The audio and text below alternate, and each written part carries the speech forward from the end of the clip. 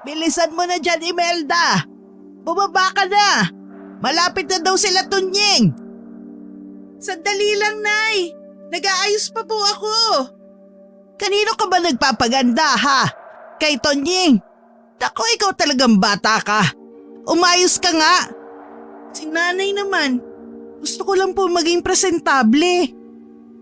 Magtigil ka nga dyan, Imelda, ha? Aga-aga nagtatalo na naman kayo mag-ina. Nandiyan na pala sila Tunying.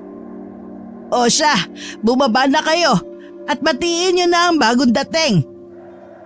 Masiglang bumaba ang mag-ama sa kanilang dalawang palapag na kubo.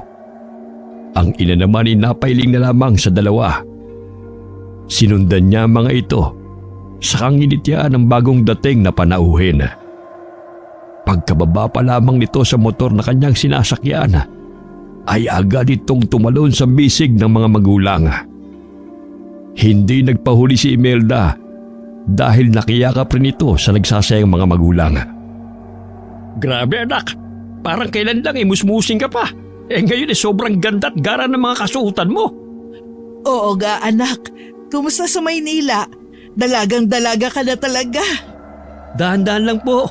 Baka maipit yung anak nyo sa higpit ang yakap nyo. Pasensya ka na anak ha. Nasasabik lang talaga kami sa iyo eh. Ang tagal nating hindi nagkita. Tunying, ano ka ba? Ayos lang ako. Nay, Tay, Amelia, kumusta na kayo? Ate, namiss talaga kita. Marami akong kwento sa'yo. Bakit hindi na lang muna natin pagpahingahin itong si Amelia? Kanina pa po nagrereklamo yung anak nyo na gutom na siya. Ba't hindi nyo muna po pakainin? Kamo, gusto mo lang kumain. Hindi pa diretsahin eh. Abat, tama lang Mang Ricky. Kakarag-karag na nga yung motor ni tatay eh. Pero sinundo ko pa rin yung prinsesa nyo. Alika na nga, Tonying. Naghanda ko ng pagkain para sa inyo. Inakay ng mag-asawang dalawang anak nito papasok ng bahay. Samantalang naiwan naman si Tunying sa mga gamit na naiwan ni Amelia. Walang nagawa ang lalaki kundi mapakamot na lamang sa ulo. Binuhat nito ang lahat ng dalang bag ni Amelia papasok ng bahay. Sa pagkailan ay tahimik na sumusubo ng pagkain si Imelda na siyang napansin naman ng kapatid. Hindi ito nakikisabay sa kanilang usapan kung kaya't sinubukang kausapin ito ang kapatid. Ano nang pinagkakaabalahan mo sa atin, Meldang? Pasensya na kung hindi ako gaanong nakakasagot sa sulat mo ha. Abala lang kasi ako sa eskwela. Alam mo ba, malaki ang tampo niyang kapatid mo sa'yo. Kung alam mo lang ang mga sinasabi niya. Bakit? Ano ba yun? Tunying! Ano ka ba, ate? Wala lang yun. Maliit na tampo lang naman yun. Kesyo maliit o malaki, kailangan ko pa rin malaman kung ano yan. Ate, ayos lang ako, okay? Ang mabuti pa, tapusin mo na yung pagkain mo nang makatulog ka na. Tiningnan ni Amelia ang kanyang mga magulang bilang paghingi ng sagot. Ngunit nagkibit balikat lamang ang mga ito. Dahil maging sila ay hindi alam kung ano ang pinagmulan ng pagtatampong yun ni Imelda. Bata pa lang ay hindi na lumaki sa mga magulang si Amelia. Kambal silang ipinanganak ng kanyang kapatid na si Imelda. Ngunit nagkahiwalay kaagad ang mga ito nang kunin siya ng kanyang tiyahin upang pag-aralin sa lungsod. Ang buhay ni Amelia ay kabaliktaran sa buhay na mayroon si Imelda sa probinsya. Ang pagkakaalam nito ay hanggang high school lamang ang tinapos ng kapatid. Hanggang doon na lamang ang alam ni Amelia dahil wala naman silang halos na komunikasyon ng kanyang pamilya. Habang inaayos ng babae ang mga dala nitong mga gamit, ay pumasok ang kanyang ina na hindi man lamang kumatok. Nagitla ang dalaga, ngunit agad din naman itong nakabawi. Ikaw pala, Nay. Binigla niyo naman ako. Ayaw mo ba na nandito ako? Lalabas na lang ako kung abala ka. Si Nanay naman, wala naman po akong sinabing kung ano. Para kayong si Imelda eh. Ano po bang atin? Wala naman. Gusto ko lang na makipag-usap sa'yo. Kumusta naman ang buhay mo dun sa tiyahin mo? Naging mabuti ba sila sa'yo dun? Oo naman po. Kung hindi nga lang namatay si Uncle baka pinagdoktor na nila ako. Pasensya ka na anak ha. Hindi namin kaya ng tatay mo ang pag-aralin kayo. Nako, Nay, wag po kayong mag-alala. Ayos naman po ako sa kursong natapos ko ngayon. Ano nga ulit ang kinuha mo anak? Nurse po, Nay. Sa isang malaking ospital sa Maynila ako nagtatrabaho. Mabuti yan. Teka, may nobyo ka na ba? Fiancé po. Mapapangasawa. Sa katunayan yan susunod po siya dito. Gusto niya po kayong makilala. Bakit ngayon mo lang sinabi sa amin na may nobyo ka na? Dapat kinikilala mo munang mabuti ang mapapangasawa mo. Baka mamaya masamang tao yan at saktan ka lang. Mabait na tao si Tom, Nay. Isa rin siyang doktor sa pinagtatrabahuhan ko. Dapat pumunta siya rito sa lalong madaling panahon. Seryosong tinignan siya ng kanyang ina bago iniwan sa kanyang kwarto. Sa mga sandaling yun ay napapaisip na lamang si Amelia kung tama ba ang kanyang desisyon na payagan ng kanyang nobyo na bumisita sa kanilang bahay. May tinatapos lang po siyang trabaho pero bago mag-fiesta nandito na po yun. Baka umasa yan na maayos ang buhay natin dito sa probinsya ha. Isang kahig, isang tuka lang tayo. Nasabi ko naman po sa kanya kung anong kalagayan natin. Mabait ho si Tom, kaya naiintindihan niya ang hirap natin sa buhay. Marami namang binata sa bayan natin, nak. Bakit hindi ka na lang dito maghanap ng mapapangasawa? Mahal ko po si Tom. Napaismid na lamang ang kanyang ina matapos niyang sabihin yun. Hindi ito nagtagal sa kanyang silid dahil agad din naman itong nagpaalam na matutulog na. Hindi niya maintindihan ang mga tao sa kanilang bahay. Pilit niyang iniiwasang isipin ang kakaibang kinikilos ng mga ito. Ngunit hindi yun basta-basta mawala sa kanyang isipan. Mayaman si Toma. Kahit na mataas ang antas ng buhay ng lalaki, ay nakasayad pa rin ang mga paa nito sa lupa. Ang problema lamang ni Amelia ay ang kanyang mga magulang. Hindi nito alam kung tatanggapin ba nila ang nobyo. Kung siya lamang ang masusunod, ay hindi na niya ito ipapaalam pa sa kanila. Tama na para sa kanya na may basbas na ang kanilang relasyon ng kanyang tiyahin. Pabiling-biling si Amelia sa kama. Hindi siya makatulog sa bahay na minsan na niyang kinamulatan. Nagdesisyon na lamang ito na lumabas upang magpahangin. Anong ginagawa mo dito sa labas? Ikaw pala, saan ka nang galing? Ako ang naunang magtanong Hay nako, hindi ka pa rin nagbabago. Ikaw lang naman ang nagbago sa ating dalawa. Hindi ako kailanman nagbago, Emmy. Ang sagot ko sa tanong mo, nagpapahangin lang ako. Hindi ako makatulog Bakit? Hindi ka na ba sanay sa bahay ng mahirap? Saan mo ba nakuha yan, Emmy? Hindi naman ako nakakalimot sa pinanggalingan ko. Hindi nga ba? Tapatin mo nga ako, Emmy. May galit ka ba sa akin? Ano bang ginawa ko na labis mong ikinagagalit? Kanina ka pa ganyan Tapos kapag tinatanong naman kita, hindi mo naman sinasagot ang tanong ko. Pumasok ka na, Amelia. Baka ano pang mangyari sa'yo dito sa labas? Magtatanong pa sana si Amelia kung ano ang ibig sabihin ng kanyang kakambal. Ngunit tinalikuran na siya nito. Maging ang kanyang tanong ay hindi na nito sinagot. Sa pagkakaalala naman ni Amelia sa lugar nila ay ligtas at mapayapa. Kaya hindi na lamang nito pinansin pa ang paalala ni Imelda. Ilang minuto matapos magpaalam ng kapatid ay nakarinig ito ng mga kaluskos sa kanilang bakuran. Inisip ng babae na daga lamang iyon. Ngunit habang patagal ng patagal ay mas lalong lumalakas ang kaluskos noon. Kasalukuyang nakapikit ang mata ni Amelia habang nakahiga sa duyan. May kakaibang lamig siyang naramdaman sa paligid. Hindi ito mapakali. Kaya naman iminulat niya ang kanyang mga mata. Halos mapasigaw ang dalaga nang makita niya ang kanyang ama na titig sa kanya. Tay naman!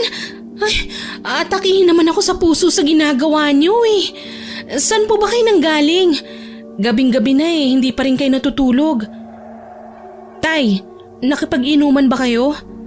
Kapag talaga nag-away na naman kayo ni nanay dahil dyan eh, ewan ko na lang. Tiningnan lamang siya ng kanyang ama, saka siya tinalikuran.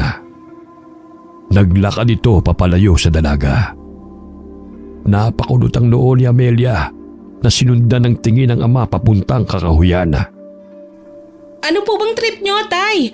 Ang dilim-dilim dyan. Nakakakita pa po ba kayo? Tay! Tatayo na sana si Amelia sa duyan nang makarinig siya ng kalabog sa loob ng bahay. Kasunod nun ang paglabas ng kanyang kapatid sa pintuan. Sinong kausap mo dyan, Amelia? Si Tatay. Anong pinagsasabi mo dyan? Nasa loob si tatay. Ano ka ba? Kitang-kita ng dalawang mata ko na nandito si Tatay kanina. Pumunta pa nga siya sa kakahuyan, oh. Baka guni-guni mo lang yun. Pumasok ka na kaya? Hindi naman lumalabas si tatay ng ganitong oras eh. Paanong guni-guni ko yun ang tagal niyang nandito sa tabi ko kanina? Pumasok ka na sa loob. Sumunod na lamang si Amelia sa sinabi ng kapatid. Halos manlaki ang kanyang mata nang makita niya ang kanyang ama na prenteng nakaupo sa mahabang upuan habang sinusuri ang hawak nitong itak. Oh, di ba? Nandito si tatay. Eh, sino yung nakita ko sa labas kanina? Baka pagod ka lang. Hindi ka na nakapagpahinga kanina eh. Bakit ba? Ano nangyari mga anak? Ito kasing si Amelia, tay. Ang sabi nakita ka raw niya kanina sa kakahuyan. Ha? Totoo bang sinabi ng kapatid mo, Ami? Opo. Hindi ako sigurado.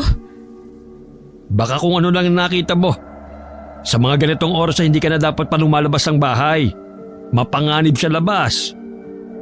Hindi ko kayo maintindihan, Tay. Noong mga bata naman kami ni Emmy, madalas naman kaming naglalaro sa labas ng ganitong oras eh. Sumunod ka na lang kasi kay tatay. Eto gatas ng kalabaw. Ininit ko na para sa'yo. Para namang makatulog ka na. Inumin mo na lamang yan, anak. Pagkatapos na ay matulog ka na. Ipapasyal kita bukas sa bukid. Tinanggap ni Amelia ang ibinigay na baso na may lamang gatas ni Imelda. Hindi siya sanay na uminom ng ganong uri ng gatas. Para hindi masaktan ang loob ng kanyang ama at kapatid, ay pikit matang nilagok nito ang laman ng baso. Matapos maubos ang laman, ay bigla na lamang nakaramdam ng antok si Amelia. Napahikab ito, saka pumasok sa kanyang kwarto upang magpahinga. Kinabukasan ay nagising na lamang si Amelia sa ingay na nanggagaling sa labas ng kanilang bahay. Kasabay ng pagtilaok ng manok ay ang ingay ng pagsisibak ng kahoy naman ang kanyang narinig. Tinignan nito ang orasan mula sa kanyang cellphone. 5:00 pa lamang yun ng umaga. Ngunit abala na ang kanyang mga kasama sa bahay. Hindi yun ang nakaugili ang oras ng paggising ni Amelia. Kaya lamang ay nahihiya na siyang bumalik sa pagtulog. Wala siyang natanggap na mensahe mula sa kanyang nobyo. Sa tingin nito ay natutulog pa si Toma. Kaya nagtipa na lamang ito ng mensahe saka iniwan ang cellphone sa kanyang higaan upang lumabas ng kanyang kwarto. Magandang umaga, anak. Ang aga mo nagising ah. Nakatulog ka ba ng maayos? Hello, Nay. Good morning po. Masarap pong tulog ko. Mabisa yung gatas ng kalabaw na pinainom niyo sa akin ni Emmy. Saktong-sakto, anak. May natira pa dun sa takure. Pwede mong haluan yun ng kape. Halika na sa kusina. Mag-almusal na muna tayo. Hindi po ba ako aantukin yan, Nay? Mabilis akong nakatulog kagabi. Ewan ko ba riyan sa kapatid mo? Baka nilagyan niya ng herbal ang gatas kaya nakatulog ka agad. Herbal po? Hindi ko ba nasabi sa'yo? Mahilig gumawa ng gamot yung kapatid mo. Kaya naman hindi na ako nagtaka na bigla ka na lang nakatulog. Mukhang dalawa na manggagamot sa pamilya. Ang isa sa ospital, ang isa naman ay sa baryo. Ano naman ang masama doon, Tay? Epektibo naman lahat ng ginagawa kong gamot Pwede bang sabihan mo ko pag may ilalagay kang gamot sa inumin ko o pagkain na ibibigay mo sa akin? Bakit? Wala ka bang tiwala sa gawa ko? Binigyan siya ng kakaibang ngiti ng kanyang kapatid. Kaya naman ay lihim itong napairap sa kanya. Umupo na lamang si Amelia sa tabi nito, saka nagsandok ng sinangaga. Nilagyan naman siya ng pritong itlog ng kanyang ina sa plato niya. Salamat po, Nay. Alam mo bang nasasabi ka kung mangyari ulit to? Kahit ako rin Masarap sa pakiramdam na nakikitang kumpletong pamilya at nandito ang kambal. Dito ka na lang kaya ulit tumira, anak. Gustuhin ko man po ay hindi pwede. May naghihintay pong trabaho sa akin doon Isa pa ay walang mag-aalaga kay Tia Sabel. Pwede nga ako naman. Imelda! Bakit, Tay? Hindi ba namimiss niyo si Amelia? Pwede naman kami magpalit Ako naman dun sa lungsod, tapos siya rito. Hindi naman pwede yun. Bakit? Natatakot ka bang hindi ako bumalik? Ay nako, wag nga kayo mag-usap ng ganyan sa hapag. Ang mahalaga ngayon, magkakasama tayo. Saka na lang yung lungsod-lungsod na yan. Ipinagpatuloy ni Imelda ang kanyang pagkain na parang wala itong sinabing nagpabagabag sa isipan ni Amelia. Kung siya lang ang papipiliin, ay hindi na siya mananatili sa bayang yon. Simula nang magkaisip siya, ay itinatak na nito sa kanyang isipan na sa lungsod siya nababagay. Ngunit kahit na anong pilit niyang gawin, ay bumabalik at bumabalik pa rin siya sa bayang yon. Matapos mag-almusal, ay nagligpit na ang mga ito ng mga gagamitin sa bukid. 8:00 pa lamang ng umaga noon, ngunit nararamdaman na ni Amelia ang mainit na dampi ng init sa kanyang balat, na siyang nagpatingkad sa maputing balat nito. Ano naman ang pumasok sa isip niyo, Mang Ricky? Dinala niyo pa si Amelia dito sa bukid. Gusto ko lang na matuto siya sa mga gawain dito. Saka para malaman naman niya ang buhay namin sa probinsya sa mga panahon naroon siya sa lungsod. Alam niyo naman ang buhay sa lungsod na nakasanayan nitong anak niyo Ano ka ba, Toning? Madali lang naman tong pinapagawa sa akin ni tatay. Para lang ako naglalaro. Kita ba? Walang problema sa anak ko. Kaya naman mag-araro ka na dyan na makarami tayo ng kahon. Pinagbuti ni Amelia ang ginagawa nito. Ang inutos kasi sa kanya ng kanyang ama ay magdamo sa paligid ng maliit na kubo kung saan ginagamit nila para gawing pahingahan. Tiniis nito ang mainit na sikat ng araw para makatulong sa kanyang pamilya.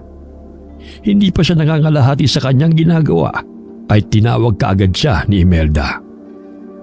Pagtapos mo dyan, dito ka naman sa Pilapil. Kailangan matapos natin to bago lumubog ang araw. Dahan-dahan naman sa pag-utos dito kay Ami. Baka masugatan tong makinis na kutis niya.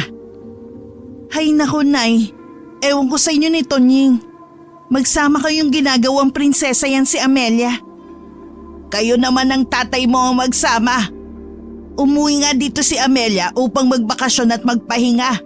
Pero pinagtatrabaho niyo pa rin. Ang init-init Kawawa naman tong panganay ko.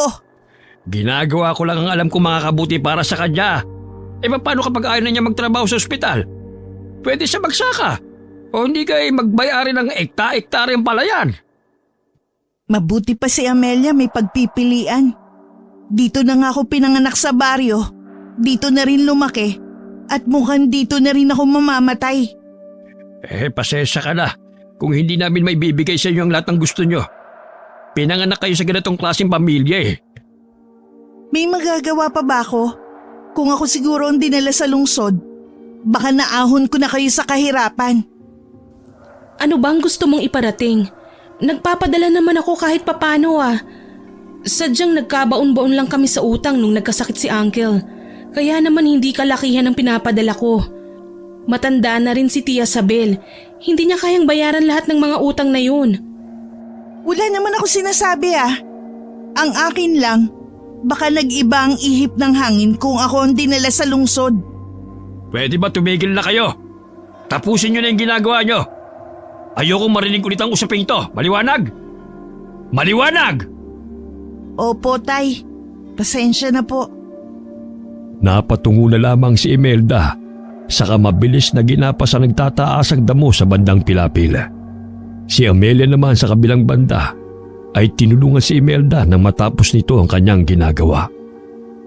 Tahimik ang mga ito sa pagtatrabaho sa bukid.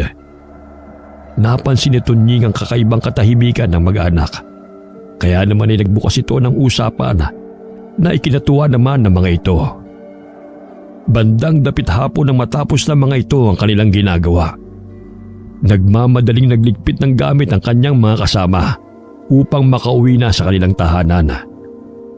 Habang tumutulong si Amelia sa pagliligpit kay Tunying, ay naisipan niyang kausapin ito. Tunying, pwede ba kitang makausap?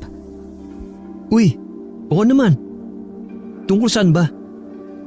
Tungkol kay Imelda sana. Anong gusto mong malaman? Alam mo bang pinagmumula ng galit niya sa akin? Sa tingin ko kasi may sama ng loob sa akin ang kapatid ko. Bakit naman sa akin mo naisipan magtanong tungkol sa kapatid mo? Bakit hindi ka sa kanya magtanong? Hindi naman sa pagtanggi o ano ha? Nagtatanong lang ako. Matagal na kasi kayong magkasama ni Imelda. Sa tingin ko naman may alam ka sa nangyayari sa pamilya ko. Hindi na nakasagot pa si Tunying kay Amelia dahil lumapit si Imelda sa kanila upang makisali sa kanilang usapan. Nakangiti pa ito habang ipinapaypay ang sombrerong dala nito. Mukhang seryoso ang usapan niyo ah. Pwede bang makisali dyan? Tungkol lang naman sa palayan. Kung gusto mo, ikaw na lang magkwento sa kambal mo. Kayo na lang. Naiirita na nga ako na paulit-ulit na lang na ganyan ang usapan namin ni nanay at tatay. O sige, ako na lang. Makikinig ka ba? Hindi na. Mauna na ako sa inyo. Naiiling na tinalikuran sila ni Imelda saka naunang maglakad sa maputik na pilapil. Nagtataka naman na tinignan ni Amelia si Tunying dahil sa pagsisinungaling nito sa kakambal. Ibang klase talagang kakambal mo, no? Kambal kayo pero magkaibang mag-iiba kayo. Kahit pa sabihin magkamukha pa kayo. Yan nga ang madalas kong marinig nung mga bata pa kami. Kahit naman ngayon mahinhin ka tapos mabait. Yang si Imelda, di ko maintindihan. Napakagasalaw kong kumilos. Pati yung bunga nga, Diyos ko. Kung hindi ko lang siya kilala, baka napagkamala kong lalaki yan Mabait naman yan kahit ganyan siya. Oo naman, kapag tulog. Ikaw talaga, Tunying. Oo nga pala, bakit hindi mo sinabi sa kanyang totoo? Siyempre, hindi naman ako sumbongero Sa pagitan naman natin ng usapan hindi naman siya kasama doon. Bihira lang ang isang kagaya mo, Tunying. Siyempre naman, ako pa. Tungkol sa tanong mo kanina, pwede bang sa susunod ko lang sabihin sa'yo? Bakit? May gagawin ka ba pagkatapos nito? May tenga kasi ang lupa. Sa susunod na lang kapag sigurado akong walang makikinig sa usapan natin. Ano bang ibig mong sabihin? Nandito na tayo sa inyo.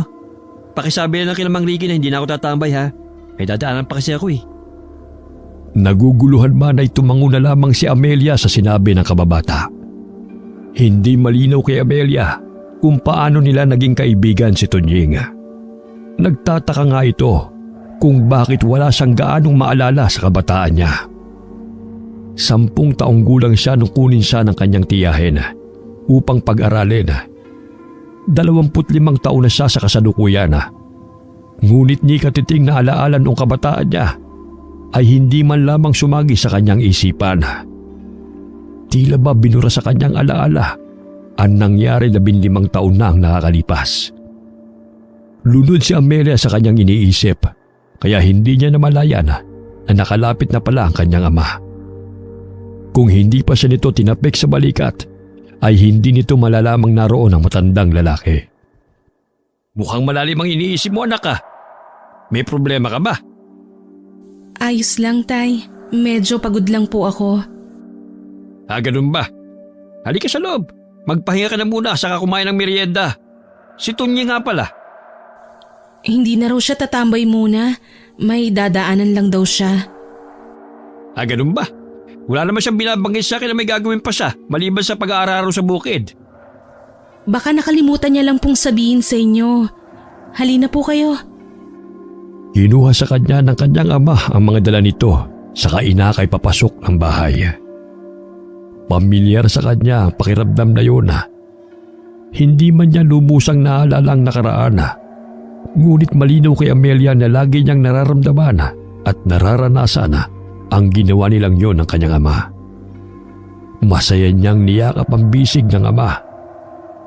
Nang makapasok sila sa loob, ay bigla na lamang nawala ang ngiti ng kanyang ama. May kayakap kasing lalaki si Imelda na pamilyar kay Amelia. Makisig ang lalaking yun na maaninag kahit na nakatalikod yun. Maputi rin ang kanyang balat na tila hindi naaarawan. May sukbit pa itong malaking baga. Ngunit hindi na niya naibaba pa ang kanyang mga dala dahil sa pagkasabik. Anong ibig sabihin nito? Imelda! Imelda? Nagtatakang tinignan ng lalaki ang kanyang kapatid. Pabalik-balik ang tingin nito sa kanya maging kay Imelda. Nanlalaki ang mga mata nito nang mapagtantong hindi siya ang niyakap nito. Mel? Mel! Ikaw nga! Teka, sino ka ba? Bakit parang may bala ka pang tuhugin ang kambal ko? Ay, pasensya na po. Nalito lang po talaga ako. Ako po pala si Tom, nobyo ni Amelia. Nobyo? Wala sinasabing nobyo sa akin si Amelia. Nagsabi ho ako kay nanay. Ang akala ko ay nasabi niya na sa inyo. Wala siyang sinasabi sa akin. Tunog ng kubyertos ang kumuha ng atensyon nilang lahat, lalo na ang ama ni Amelia na si Ricky. Nagugulumihan ang inilibot ni Celia ang kanyang paningin sa mga taong nasa sala. Sinamantala ni Amelia ang pagkakataon upang lapitan ang nobyo. Kumawala ito sa pagkakahawak sa kanyang ama, kaya napalingon ito sa kanya. May sasabihin pa sana ang matandang lalaki, ngunit tuluyan nang nagtagpo ang mga labi na magkasintahan. Tuwang-tuwa ang dalaga nang makitang naroon si Tom. Tom! Napaaga naman yata ang dating mo. Agad ko natapos ang trabaho ko eh. Ikaw ba ang nobyo nitong anak ko? Hello, good afternoon. Anak? Oo, nanay ako ng kambal. Hindi ako makapaniwala na kayong nanay nitong si Mel. Hala, bakit naman? Akala ko po kasi matandang kapatid lang po niya kayo. Binigla mo naman ako doon. Binobola mo naman yata ako eh. Naku, hindi po. Ang sabi po kasi sa akin ni Mel, may kakambal siya. Kaya nagulat po ako kanina nung lumabas kayo. Dahil ang bata niyo pang tignan eh. Gano'n na ba kay katagal ni Ami? At bakit mo tinatawag siyang Mel? Magdadalawang taon na po. Nakasanayan na po kasi naming tawagin siya ng ganyan. Bakit ngayon mo lang naisipang bumisita sa bahay? Ano ba trabaho mo? Nakapagtapos ka na ba? Ano ang trabaho ng mga magulang mo? Dahan-dahan naman sa pagtatanong. Hindi pa nga naibababa nitong nobyo ni Ami ang mga gamit niya eh. Kung hindi pa pumagitna ang kanyang ina, ay hindi pa titigil ang kanyang ama sa pagtatanong. Sinenyasan nito ang kanyang ina na nagpapasalamat na agad namang nakuha nito ang kanyang ibig sabihin. Ibinuka nito ang kanyang bibig, saka nagsalita sa hangin upang sabihin na walang problema. Kinindatan siya nito, saka binigyan niya isa-isa ang mga taong naroon ng pinggan para magmerienda. May dalang kakanin to si Tom. Alina kayo. Pagsaluhan natin to habang mainit-init pa. Tom, ganun ba talaga kayo magbatian ni Amelia? May yakap sa kahalik? Oo, nakasanay na namin kasi yung ganun eh. Hindi basta-basta nahahawakan ng babae sa pamilya namin ng kahit na sino lang. May bala ka bang pakasalan tong anak ko? Nilingon siya ni Tom na may pagtatanong sa mukha. Napayuko na lamang siya sa kakinain ng kakaning dala nito. Hindi mo pa ba sinabi sa kanila, Tart? May kailangan kaming malaman? Ang dami mong nililihim sa amin, Amelia. Huwag mo nang pagalitan yung anak mo. Nasa tamang edad na yan para magdesisyon sa sarili niya. Pero tayo ang mga magulang niya. Ano ka bang matanda ka? Nagsabi na sa akin si Ami. Ikakasal na sila ni Tom kaya umuwi siya rito. Nabitawan ng kanyang ama ang tasang hawak nito. Kaya naglikha yun ng ingay dahil sa pagkabasag. Agad na dinulugan ni Imelda ang nagkalat na bubog ng tasa. Kumuha ito ng walis sa kanilisan yun. Ano ang sabi mo? Ikakasal na si Ami? Oo naman. Ano ang masama roon? Doktor naman tong si Tom. Kayang-kaya na niyang buhayin ang anak natin. Teka nga, magtapat nga kayo sa akin. Buntis ba si Amelia? Napaubo si Amelia sa naging tanong na yun ng kanyang ama. Wala pa sa utak niya ang magkaanak. Noon lamang niya naalala na ganoon mag-isip ang mga taga-baryo. Kapag ikakasal kasi, ay inaasahan na kaagad ng mga ito na buntis ang babae kaya nagmamadali. Sa kalagayan naman nila, ay nagkasundo at nagdesisyon lamang silang magpakasal nung magtanong si Tom sa kanya. Hindi pa handang magkaanak si Mel. Pero kung may mabuuman po kami, pananagutan ko naman po ang anak nyo. Mahal na mahal ko po siya. Dahil sa sinabing yun ni Tom, ay hindi na nagtanong pa ang matandang lalaki. Tahimik nitong kinain ng kakanena, kasunod ng pagdagok ng mainit na kape na bagong timpla ni Imelda. Kailan ba ang kasal? Saan niyo idadaos ang kasal? Dito ba? Nakadepende pa kay Amelia. Pero ang gusto sana ng mga magulang ko, doon na lamang sa resort namin. Paano pala kapag mag-asawa na kayo? Nakadepende ka pa rin sa mga magulang mo? Hindi pa naman pinalang desisyong yun eh. Nagsuggest lang naman sila. Kami pa rin ni Mel ang masusunod.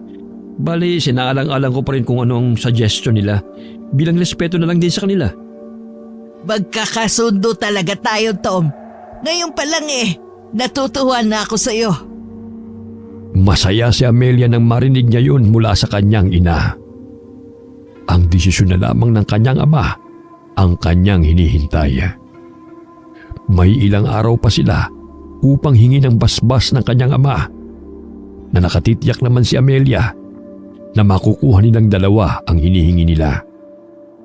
Lumipas ang mga araw na ginagawa nito ang lahat upang mapansin ni Ricky.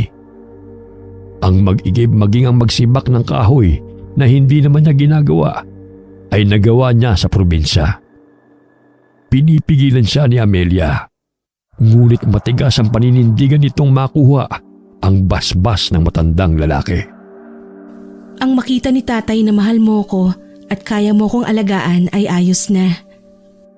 Sweetheart, iba kasi ang pride ng mga lalaki.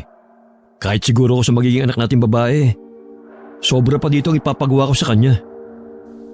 Kung nagmamahalan naman tayo Hindi sapat ang pagmamahalan. Kailangan din ng respeto sa relasyon. Hindi naman ako pinilit ng tatay mo na gawin to Ako naman ang nagkusa Kaya mo ba? Hindi ka naman sanay sa mga gawaing gaya nito Lahat ay natututunan. Lahat ay kaya kong gawin para sa'yo. Hinalikan na lamang ni Amelia si Tom sa pisngi nito, saka nagngitian ng dalawa. Masaya at kontento na si Amelia na nandyan para sa kanya ang nobyo. Wala na siyang hihilingin pa dahil ang lahat ng katangian ng tipo niyang lalaki ay natagpuan niya sa nobyo. Kinagabihan ay naglakad-lakad ang dalawa matapos kumain. Tahimik ang paligid. Tanging mga kulisap at huni ng palaka sa palayan ang maririnig. Sa tingin mo ba, makukuha na natin ang basbas ng tatay mo ngayong linggo? Kahit naman hindi siya pumayag ay magpapakasal pa rin ako sa'yo. Sweetheart, Hindi ba napag-usapan na natin to? Wala naman silang magagawa eh. Kay Tia Sabel ako lumaki. Maayos kanyang tinanggap. Siya na ang magulang ko, Tom. Tom, nakikinig ka ba? Tulalang napatingin si Tom sa kabilang dulo ng kalsada. Nagtatakang tinignan ni Amelia ang lalaki. May problema ba? May nasabi ba akong hindi mo nagustuhan? Napailing ang lalaki. Diretso pa rin ang tingin nito. Saka itinuro ang kabilang dako ng kalsada. Walang makita roon ng babae. Ano ba yun? Wala naman eh.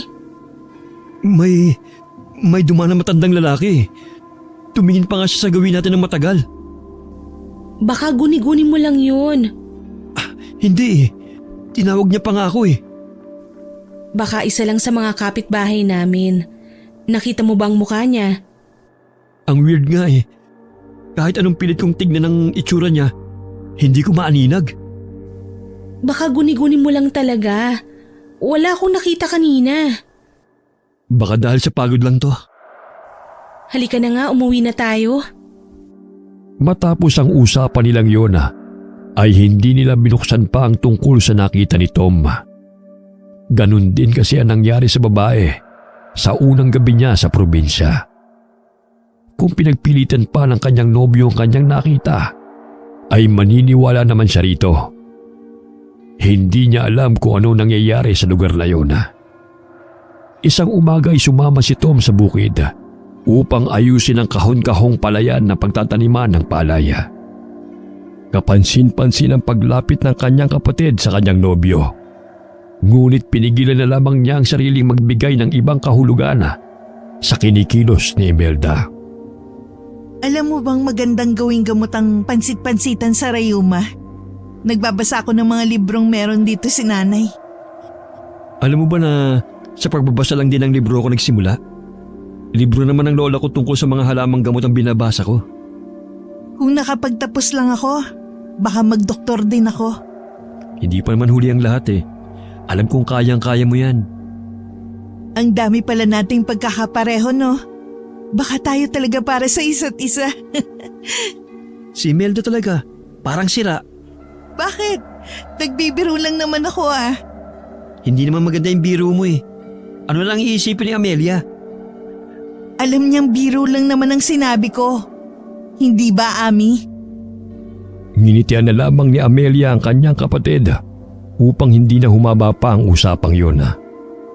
Mabuti na lamang at naroon si Tonying upang pagsabihan ito.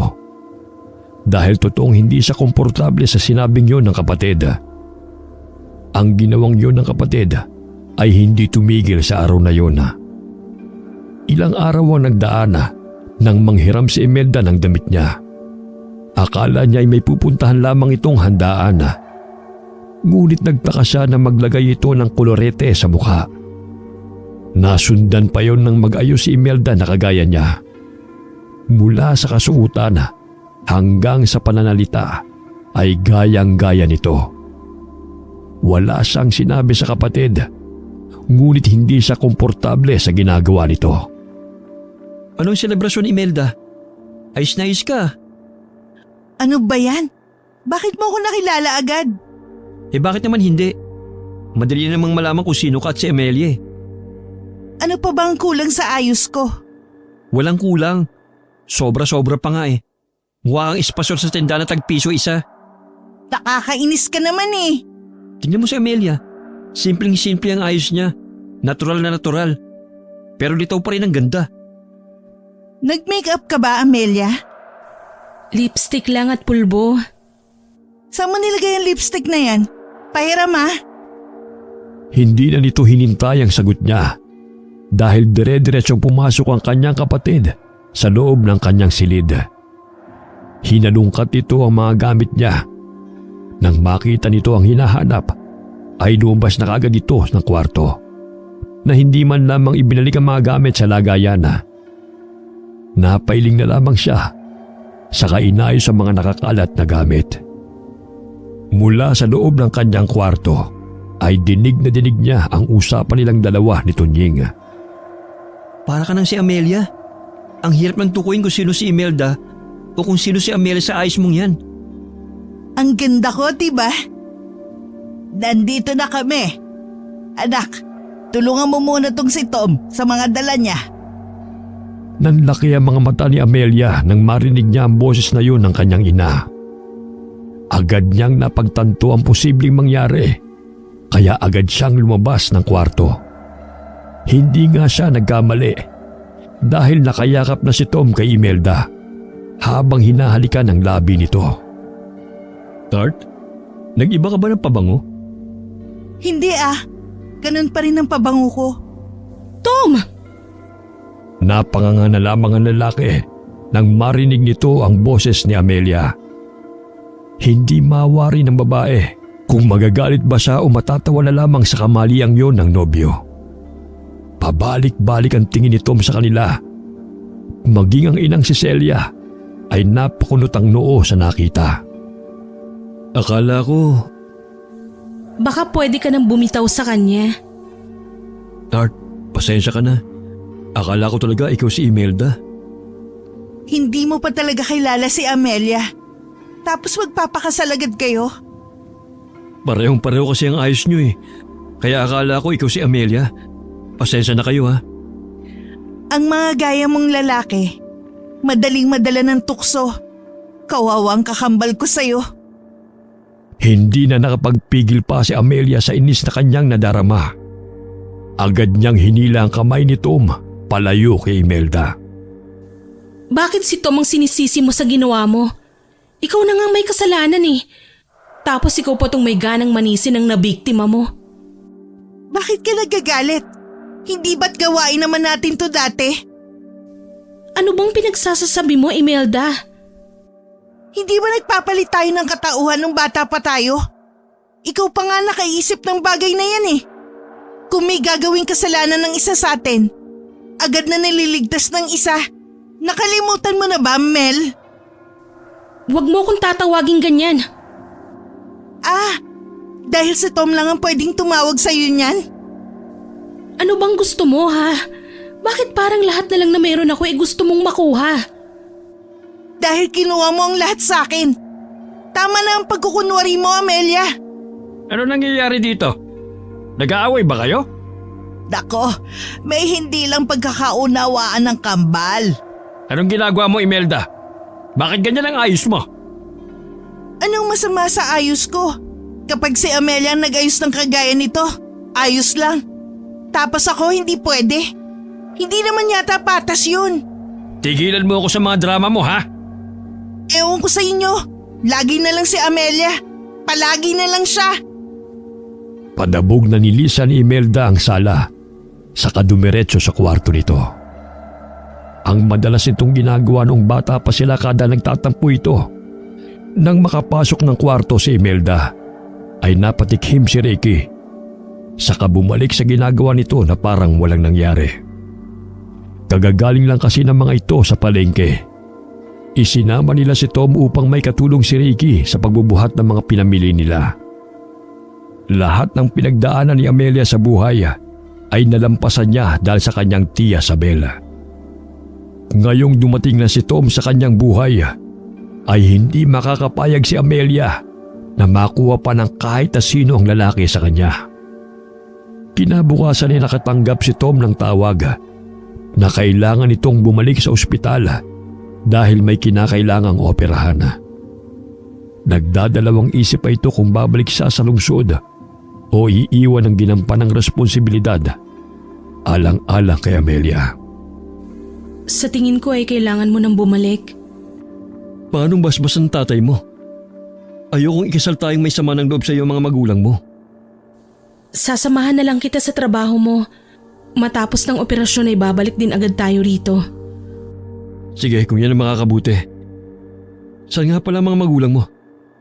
Kailangan natin magpaalam. Mag-iwan na lang tayo ng sulat. Hindi dapat pinaghihintay ang trabaho mo. Buhay ang nakataya rito. Gaya ng sinabi ng nobya, ay nagsulat nga ito sa kanyang mga magulang. Maging si Tunying at Imelda ay sinulatan din ng lalaki. May kung anong mabigat itong nararamdaman sa pag-alis nila. pakiramdam nito ay may kulang. Kahit nakasama pa niya ang nobya pabalik ng lungsod. Bakit parang hindi ka mapakali? Kanina ka pa palingon-lingon sa likod ah. Ayaw mo bang umalis? Hindi ko alam. Kakaibang pakiramdam ko eh. Parang may naiwan ako. Ano ka ba, Tart? Halika na. Napakunot noong lalaki sa tinawag ng nobya sa kanya. Hindi siya nito tinatawag na Tart. Tanging ang lalaki lamang ang tumatawag ng ganoon sa kanya. Kung hindi love o sweet, ay ang palayaw nitong Toto ang tawag ni Mel sa kanya. Dahil sa nangyari noong nakaraang araw, kaya may pagdududa sa kanya kung ang nobya ba talaga nito ang kasama o ang huwad na si Imelda. Napailing na lamang ang lalaki nang mapagtantong si Amelia ang kasama nito sa higaan nung magising siya. Kaya imposibleng si Imelda yun. Hindi nagtagal ang biyahe nila dahil nakahanap agad sila ng bakanteng eroplano. Pagkalapag ng eroplano sa airport ay may sumundo kagad sa kanilang sasakyan saka dumiretso sa ospital. Tart, magjo-duty lang din ako ah. Hindi ka pa ba napapagod? Bakit hindi ka na magpahinga? Kung nagtatrabaho ang asawa ko, ako rin dapat. Napatiimbagang si Tom nang marinig niya ang mga katagang yun sa babaeng kasama niya. Nakakasiguro siyang hindi si Amelia ang kasama niya. Dahil ayaw na ayaw ni Amelia na ihayag ng lantaran sa publiko ang relasyon nila. Kahit na mga kaibigan pa nila ang kasama, ay hindi siya nito tinatawag ng ganoon. Imbis na kausapin si Imelda, ay dumiretso ito sa isang silid para maglinis ng katawan at magbihis. Hindi kaagad sila nakabalik sa probinsya dahil nagkaroon ng komplikasyon ng pasyente sa nangyaring operasyon. Sa ilang araw na magkasama sila ni Imelda, ay hindi ito nagpapahalata na alam na niya ang katotohanan. Pagsapit ng ika-4 na araw, ay bumuti na ang lagay ng pasyente. Kaya naman inaya na nito ang babaeng bumalik sa probinsya. Ano yung laman ng malaking kahon na yan? Pasalubong lang. Hindi ko alam kung pwede ang ganyang kalaking karton sa eroplano. Baka pwedeng buwasan natin. Parang ang bigat eh. Sakto lang ang timbang nito. Nabayaran ko na rin to kaya hindi tayo magkakaproblema. Umanguna lamang si Tom sa babae sa katuluyang umakyat sa eroplano. Hindi na ito nag-abala pang tulungan ng babaeng kasama niya sa mga bitbit nito. Sa kabilang banda naman ay aligaga ang totoong Amelia na naghihintay sa pagbabalik ng kanyang nobyo. Hindi niya masabi sa kanyang ina na hindi siya si Imelda. Imelda, wala ka bang balak nung manghuli ng sarili mong pagkain? Ayos na ho ako sa gulay, Nay. Mabuti at hindi ka pa nangihina. Ilang araw din tayong hindi nakakalabas dahil nandito ang kapatid mo. Hindi pa ba nakakabalik si Tonyeng? Isa pa ang lalaking yon. Wala man lang dinalang ligaw na hayop. May nahuli akong baboy ramo sa bundok kanina, Imelda. Baka gusto mong kainin ng puso doon. Sariwang-sariwa pa yon. Puntahan mo na doon sa likod ng bahay. Kainin mo na yon. Wala ka ng lakas oh. Kailangan mo nang kumain ng laman loob ng hayop o sariwang sanggol. Sige ho, pupuntahan ko na lang. Salamat. Nanginginig ang buong katawan ni Amelia na tinungo ang likod ng bahay. Kung saan naabutan ito ang kawawang baboy ramo. Sa ilang araw niyang pananatili sa bahay na yun, ay napag-alaman niyang hindi normal na tao ang kanyang mga magulang. Wala siyang maalalang isa siyang aswang. Noong nakaraang gabi ay dinala siya ng mga magulang niya sa gubat upang manghuli ng hayop. Harap-harap ang kinain ng mga ito ang nahuli nilang hayop. Walang pinagkaiba ang mga ito sa ligaw na hayop na kanilang nilalantakan. Hindi masikmura ni Amelia ang ginagawa ng mga ito. Wala siyang ideya kung ano ang naging buhay ng mga ito sa loob ng 15 taong nawala siya. Mula sa kalayuan, ay may nakitang papalapit na sasakyan si Amelia. Nagmamadaling nilapitan siya ng kanyang ama. Hindi man lang nagpasabing kapatid mo na babalik sila ngayon. Saka mo na kainin tong baboy ramo. Naiiyak na sinundan ng tingin ni Amelia ang nobyo na papasok ng bahay. Kasunod dito si Imelda na may malaking ngiti sa mga labi habang hinahalikan ng inang sabik na makita sila. Alam kong uhaw na uho ka na sa dugo at laman loob. Pero tiisin mo na muna. Salubungin mo ang kapatid mo ron sa labas para hindi sila makahalata. Pilit na pinipigilan ni Amelia ang sarili na hindi umiyak. Miss na nito ang kanyang nobyo. Gusto niyang magsumbong sa kanya, ngunit hindi siya makalapit dito. Akala ko hindi na kayo babalik eh. Pwede ba naman yun, Tay? Itong si Tart nga nagpupumilit na makabalik kami. Hindi ba, Tart? Sa kusina lang ako. Nauuhaw ako eh. Imelda, anong tinutunga-tunga mo riyan? Kunan mo nga ng tubig itong si Tom. Opo.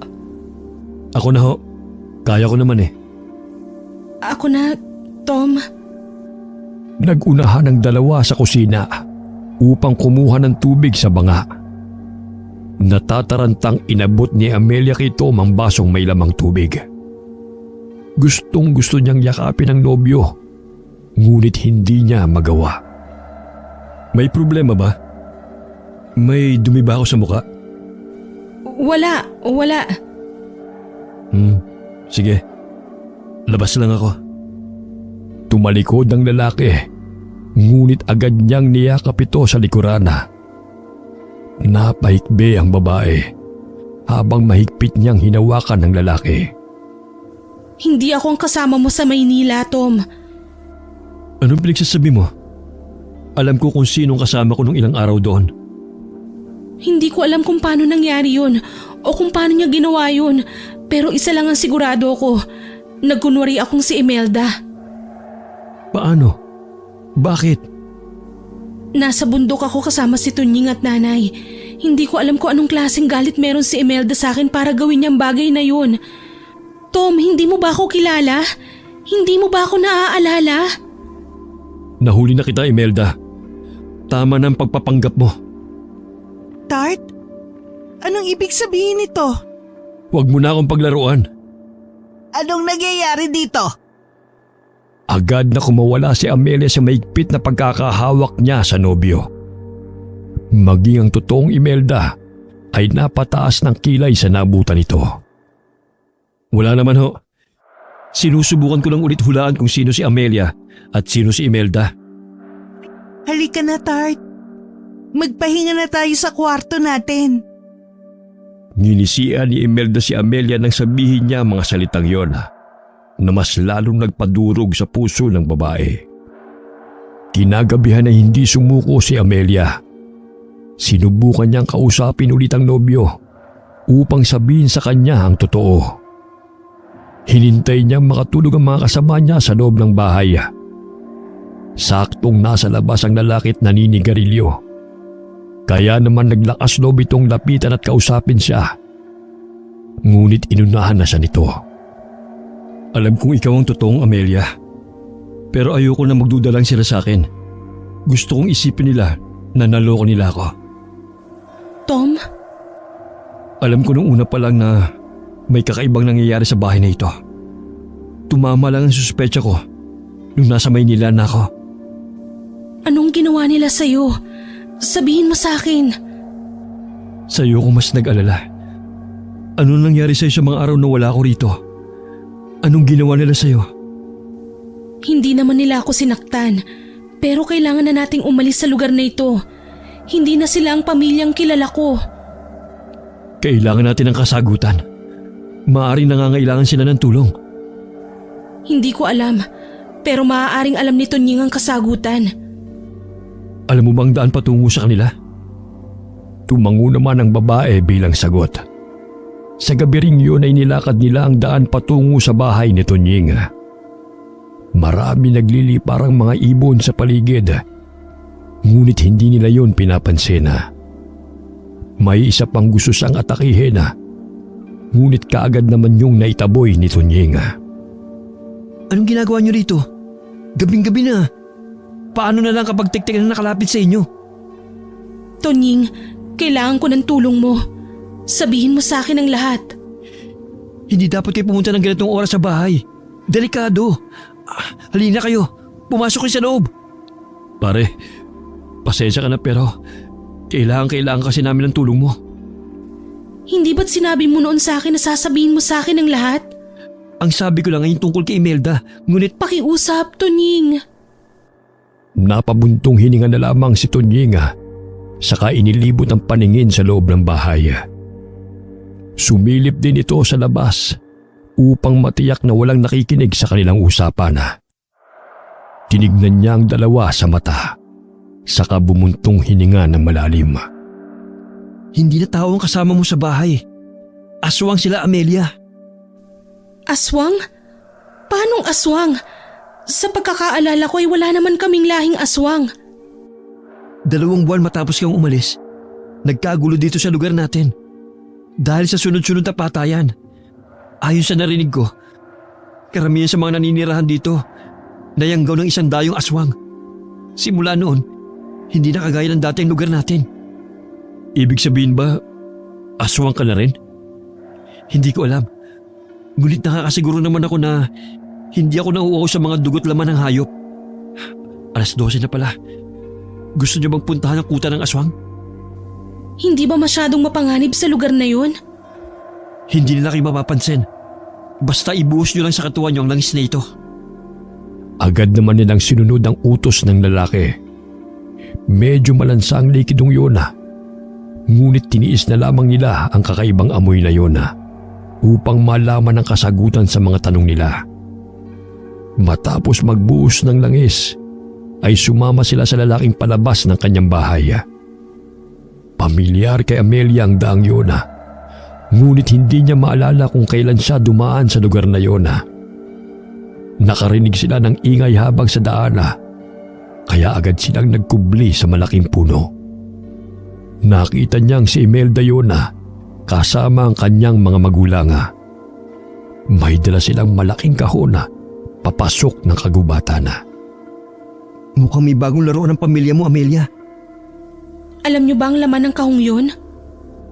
Kung titignan mabuti, nakakasiguro ko mga laman loob yan mula sa ospital.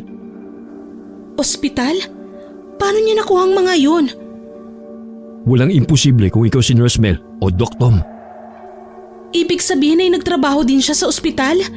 Paano na lang kung may ginawa siyang maaaring ikasira ako?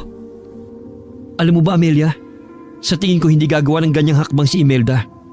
Masyadong matalinong babaeng yun. Maaaring pumasok sa kanyang isipan na magkukunwari ng ikaw kung hindi lang bumalik dito si Tom sa lugar na ito. Ibig sabihin ba'y gagamitin niya ang katauhan ko? Siguro. Halina kayo. Sundan natin sila.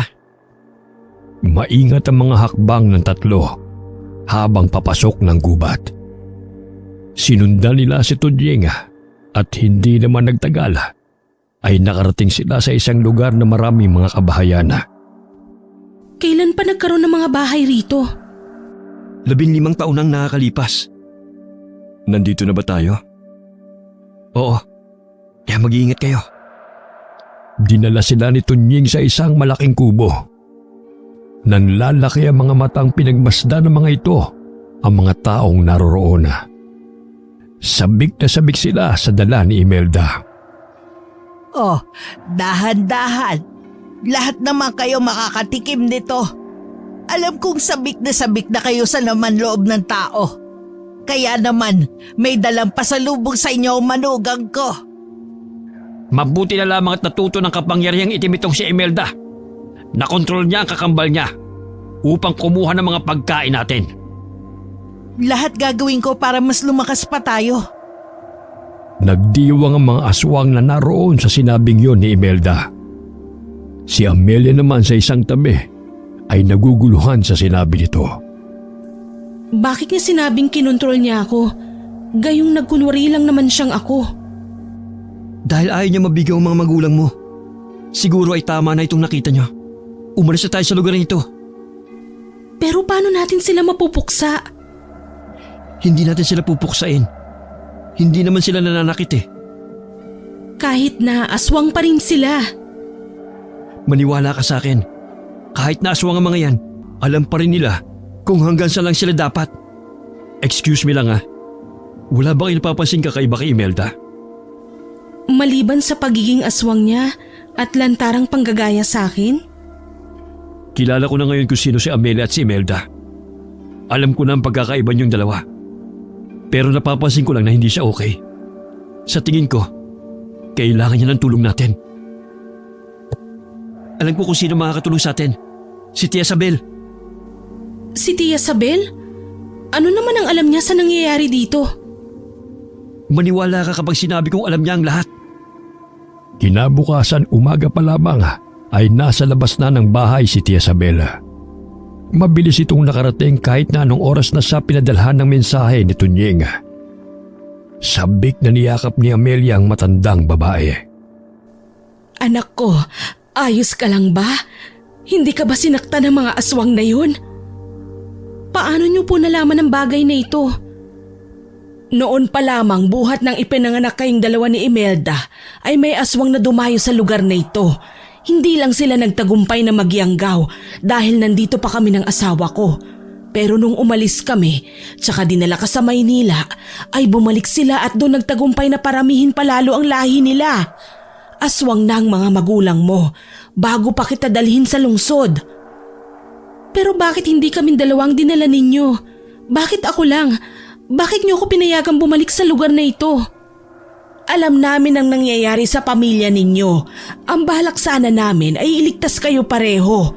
Ngunit hindi kami nagtagumpay dahil nakaamoy ang mga magulang niyo sa binabalak naming mag-asawa. Malakas naman ang pakiramdam ko na hindi ka sasaktan ng mga magulang mo. Hindi ko po maintindihan, Nana Sabel. Kung kaming dalawa naman po ang balak niyong ampunin, bakit ganun na lang ang galit sa akin ni Imelda? Dahil ang bunga akala niya ay nagkunwari kang siya nung araw na pipili kung sinong aampunin. Ginagawa ni Imelda ang lahat para magpapansin. Tama ang sinabi ni Tunying. Ngunit sa araw din kasing yun ay nakita kong kaya ni Imelda na protektahan ang sarili niya. Ikaw naman sa kabilang banda halos hindi makabasag pinggan. Alam naming mas kakailanganin mo ang proteksyon at gabay naming mag-asawa. Ang problema nga lang, nalaso ng utak ni Imelda. Lahat ng bagay na sabihin sa kanya ng mga magulang niyo, agad niyang pinaniniwalaan. Kaya nga ako ang inutusan ni Tia Isabel upang alalayan si Imelda. Napasap mo na lamang ng ulo si Amelia nang marinig niya ang revelasyong iyon. Hindi kinakaya ng kanyang isipan na tanggapin ang lahat ng impormasyong sinabi ng dalawa. Para sa kanya ay isa lamang yung panaginip. Kung hindi pa siya pinisil ng marahan ni Toma, ay tuluyan na siyang mawawala sa realidad. Bumalik sa kanyang gunita ang mga kakaibang nangyari sa kanya. Kaya naman ay naglakas loob itong nagtanong sa kanyang Tia Sabel. Bakit hindi ko maalala ang lahat? Dahil dinala ka namin sa manggagamot. Pinabasbasan ka namin upang makalimutan mo ang lahat na nangyari sa inyo sa probinsya. Pero bakit naaalala ko pa rin sila? Ang ginawa lang sa'yo ng albularyo ay takpa ng masasamang alaala mo sa tao. Pinalitan nyo ng albularyo ng masasayang alaala. Ano po ba talagang nangyari? Sabihin niyo sa akin ang lahat. Gusto kayong gawing aswang pareho ng mga magulang ninyo. Pero agad na pinigilan namin ang plano nilang yon. Sinabi namin na pag-aaralin ka namin bilang nurse at ikaw na ang bahala sa mga laman loob ng tao. Hindi ako makapaniwala na naaalala pa pala nila ang pangako kong yun. Lahat ng pangako, mahalaga sa mga aswang. Baka may nakakalimutan ang pangako, Amelia. Wala akong naaalala, Tunying. Alalahanin mong mabuti. Baka sa oras na maalala mo ay mailigtas pa natin ang kapatid mo. Pilit na inaalala ni Amelia ang sinabi niya sa kapatid. Ngunit nanatiling blanko ang kanyang isipan. Nang gabi ring yun ay bumalik sila sa kagubatan upang iligtas si Imelda. Malalim ang kanyang iniisip. Kaya naman ay hindi nito namalayan na napahiwalay siya sa kanyang mga kasamahan. Nakaramdam na lamang siya ng malakas na paghataw sa kanyang batok. Kaya naman ay nawalan ito ng malay. Nagising na lamang ito nang marinig niya ang boses ni Tom. Ayan ang gusto nyo. Kapalit ng mga laman loob na yan ay ang kalayaan ni Amelia. Nasaan si Amelia? Huli ka na. Nakatakas siya ngunit nararamdaman kong malapit lang siya. Nandito lang siya sa paligid. Wala kayong kwentang mga magulang. Wala kang alam. Alam ko na ang lahat. Ang mga kagaya nyo, hindi dapat naging magulang. Pare, tumakas ka na. Ako nang bahala rito. Paano ka? Huwag mo kong alalahanin. Kaya kong sarili ko. Sundan mong daanang yan. Dadaling kanya kung nasan si Ami. Sapo ni Amelia ang kanyang batok. Ramdam na ramdam pa rin niya ang sakit ng malakas na pagkakatama sa kanya ng matigas na bagay. Nagising siya na naroon ang kanyang tiya Sabel sa kanyang tabi. Pinaliguan siya nito ng langis na kagaya ng ibinigay ni Tunying. Saan tayo, tiya? Shh! Huwag kang maingay. Kailangan nating makaalis sa lugar na ito. May iniutos ako sa alagang Sigbi ni Tunying, kaya hindi magtatagal ay masusunog na ang buong lugar na ito. Matapos niyang sabihin yun ay nakarinig sila ng malakas na pagsabog. Sunod-sunod yun kaya nagkagulo sa paligid. Hinila siya ng kanyang tiya Sabel palabas ng kanilang pinagtataguan. Sa gitna ng kaguluhan ay tumakas rin si Tunying upang sundan sila. Lingid sa kanilang kaalaman ay nakasunod na pala si Imelda sa kanilang tatlo. Nakarating sila sa isang maliit na kubo na nakatago sa pagitan ng dalawang malaking puno. Doon nila naabutan si Tom na may pag-aalala sa kanyang mukha. Lalapitan na sana ni Amelia ang nobyo nang biglang pumagitna si Imelda na may luha sa kanyang mga mata. Hinarap nito si Tunying na nagulat din sa bigla nitong paglabas. Bakit mo siya pinili? Lagi na lang siya ang napipili. Paano naman ako? Siya ang inampon at pinag-aral. Siya ang ikakasal. Siya ang paborito nilang nanay at tatay. Tapos ngayon pati ikaw. Akala ko ba kakampi kita? Kakampi mo ako. Pero parang hindi na kita kilala eh. Ako pa rin si Imelda. Ako pa rin ang kaibigan mo. Hindi. Nagbago ka na. Hindi na ikaw ang mahinhin na Imelda na lagi nandyan para sa akin. Pilit mo kinukuha ang katauhang hindi sa'yo. Hindi totoo yan. May gusto ka bang baguhin ko? Magsabi ka lang gagawin ko agad. Basta wag mo lang ako iiwan. Wala kang kailangang baguhin sa sarili mo, Emmy. Magpakatotoo ka lang. Babalik agad ako. Maging tao o maging aswang ka man. Hindi ako aswang. Hindi! Hindi pwede! Akala niyo ba'y makakatakas kayo sa akin? Ricardo! Kahit anong pagkukubli niyo, ay amoy na amoy ko kayo! Aatakihin na sana ng matandang lalaki si Tia Sabela, ngunit agad na humarang si Imelda. Isang malakas na atungal ang kumawala sa bibig ng matandang lalaki. Agad siyang nagpalit ng anyo na agad din namang sinundan ni Imelda. Silang dalawa ang naglaban. Umangil ang mga ito sa isa't isa. Tama na, Ricardo! Anak mo siya! Wala kang alam! Naging ganid kayo sa kapagyarihan, mga halimaw! Masisisi mo ba ako? Nasa iyo na ang lahat, Sabel. Kahit ang atensyon ng mga magulang natin ay nasa iyo. Sapat bang dahilan yan upang saktan mo ang mga anak mo? Sapat ba na dahilan yan upang gawin mo silang aswang dahil sa pagiging uhaw mo sa kapangyarihan? Kung hindi lang sana ikaw ang paborito ng mga magulang natin, ay hindi ako maghahangad pa ng ganito. Galit na galit ang kanyang ama na napaungol habang nakalabas ang matatalas nitong pangil. May inilabas namang bote ng langis si Tia Sabela. Napailing na tinignan ni Tunying ang matandang magkapatid na naglalaban ng tingin. Nilapitan nito si Imelda, saka tinapik-tapik. Anak ka talaga ng tatay mo. Pareho kayong kulang sa atensyon ng magulang. Manahimik ka. Hindi ako tulad nila. Napakibit balikat na lamang ang lalaki. Saka prenteng umupo sa lupa. Nakatingin ito sa dalawang matanda na nag-uusap. Bakit mo ginagawa ito, Ricky? Bakit pati ang buhay ng mga anak nyo ay sinisira ninyo? Bakit? Para naman sa kanila ang ginagawa ko eh. Kung hindi kayang protektahan nila mama at papa ang mga anak niya, pues ako kaya ko. Kaya mo nga ba talaga? Oo. Kaya wag mong questionin ang pagpapalaki ko sa kanila. Ako ang nagpalaki kay Amelia. Si Imelda ang nagpalaki sa sarili niya. Akala niyo ba'y wala akong alam sa nangyayari dito? Pakialamera ka talaga. Mabilis na sinugod ni Ricky si Isabela na agad namang nakaiwas sa mahahabang kuko nito. Hinila naman ni Imelda ang kamay ni Amelia papasok sa loob ng kubo.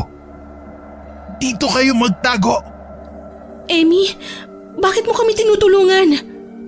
Nagising na ako sa katotohanan, Ami. Patawarin mo ako sa ginawa ko sa iyo. Mamaya na kayo magpatawaran dyan. Kailangan natin magtago. Ang gusto ko lang naman ay maikasal. Bakit parang napaka-imposible naman ang bagay na yun? May kakasal kayo ni Tom. Gagawin ko ang lahat para mangyayari yon. Binigyan ng tipid ng ngiti ni Imelda ang kapatid bago tuluyang lumabas sa kubong yun. Mga atungal ang bumalot sa gubat na yun. Ang malaking buwan ang siyang nagbigay ng liwanag sa paligid. Hindi nagtagal ay tumahimik ang lugar. Isang marahang katok ang kanilang narinig. Binuksan ni Tunying ang pintuan at doon tumambad sa kanila ang sugatang katawan ni Tia Isabel na inalalayan ni Imelda. Tia Isabel, ayos lang ba kayo? Huwag kang mag-alala. Galos lang ito. Didilaan ko lang ang sugat niyo para mabilis gumaling, ha? Hindi na kailangan. Kusang gagaling itong sugat ko. Malakas ang dugo ko. Ibig sabihin ay aswang ka rin, Tia Isabel? May dugo akong aswang, pero hindi pa ako ganap na aswang. Pinili kong tahakin ng tamang landas. Kabaliktaran ang ginawa ng mga magulang ninyo. Kamag-anak ni Lolo ang dumayong aswang sa lugar na to. Isa na rin akong ganap na aswang. Ano na ang nangyari kay tatay? Tumakas siya. At sa tingin ko babalik siya rito upang dalhin ng mga alagad niya. Napailing si Imelda habang tinatalian ang nagdudugo nitong sugat sa hita. Kinausap ni Tia Isabel si tatay. Ang sabi niya dadalhin niya ako sa Maynila sa kondisyong hindi niya uubusin ng mga aswang na pinarami namin. Kaya binalikan niya ang kanilang kuta upang iligtas sa mga aswang na naroon pa. Mas pinili niya ang mga aswang kaysa sa sarili niyang mga anak. Doon na lamang pumasok sa isipan ni Amelia ang pangakong nakalimutan niya. Nangako siya sa kapatid na babalikan niya ito, ngunit hindi niya yun natupad. Nagpanggap si Imelda bilang si Amelia upang kunin niya ang loob ng kanyang Tia Isabel. Noong una pa lamang ay nagpalit na sila ng katauhan. Siya ang tunay na Imelda. Siya ang may kasalanan kung bakit ganun na lamang ang galit sa kanya ng kakambal. Kasunduan nilang magkapatid yun na magpalit ng katauhan upang makahingi ng tulong. Naiiyak na niyakap niya si Amelia. Ami! Ami! Patawarin mo ako! Nakalimutan ko ang pangako ko sa'yo. Patawarin mo ako! Kasalanan ko ang lahat! Ami, pinaglalaroan mo pa rin ba ako, Imelda? Ako ang totoong si Imelda. Noon pa lang ay nagkapalit na kami ng katauhan. Nagkunwari kami bilang isa't isa. Ibang klaseng kambal talaga kayo. Maraming salamat dahil naaalala mo pa rin. Huwag kang mag-alala. Ako pa rin si Imelda. Habang buhay ko nang dadalhin ng pangalan na to. At dadalhin naman kita sa Maynila. Doon ka natitira simula sa araw na ito. Talaga ho? Oo naman. Para na rin may kasama ako sa bahay. Kasama mo naman ako, Tia. Akala ko ba'y ikakasal kayo ni Tom? Nagbigay ng basbas ang tatay mo. alagaan mo daw ng mabuti ang anak niya. Kahit hindi nyo man sabihin yon, ay aalagaan ko pa rin si Mel. Nagngitian na lamang sila at tahimik na hinintay ang bukang liwaywaya. Nagkapatawaran ng magkapatid. Ilang buwan ang lumipas at ikinasal naman si Tom at Amelia. Si Melda naman sa kabilang banda ay nag-aral ng medisina. Si Tunying naman ay piniling mamuhay sa nayong yun dahil ayon sa kanya ay kailangan pa siya ng mga tao roon. Ang mga magulang naman ng Kambala ay patuloy na namumuhay bilang tao sa umaga at aswang sa gabi. Wakas. Bilisan